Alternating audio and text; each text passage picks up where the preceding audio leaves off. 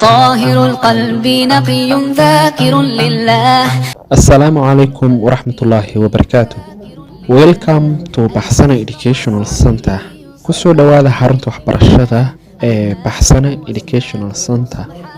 Baxsana Educational Center wuxuu ku hayaa waxbarasho aad u sareyso taa oo lagu baranayo qaab online ah, sida barashada Qur'aanka Kariimka ah oo leh qaybo kala duwan, barashada luqadda Englishka oo leh qaybo kala duwan, barashada luqadda Kiswahiliga oo leh qaybo kala duwan, barashada luqadda Carabiga oo leh qaybo kala duwan, barashada xisaabta, barashada qorista iyo akhrinta farta Soomaaliga, iyo waliba barashada saxaafadda ama journalismka.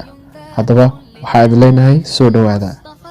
المصطفى الصافي صلى عليه الله، أخلاقه وصفاته سبحان من سواه، هو قدوتي وحبيبي.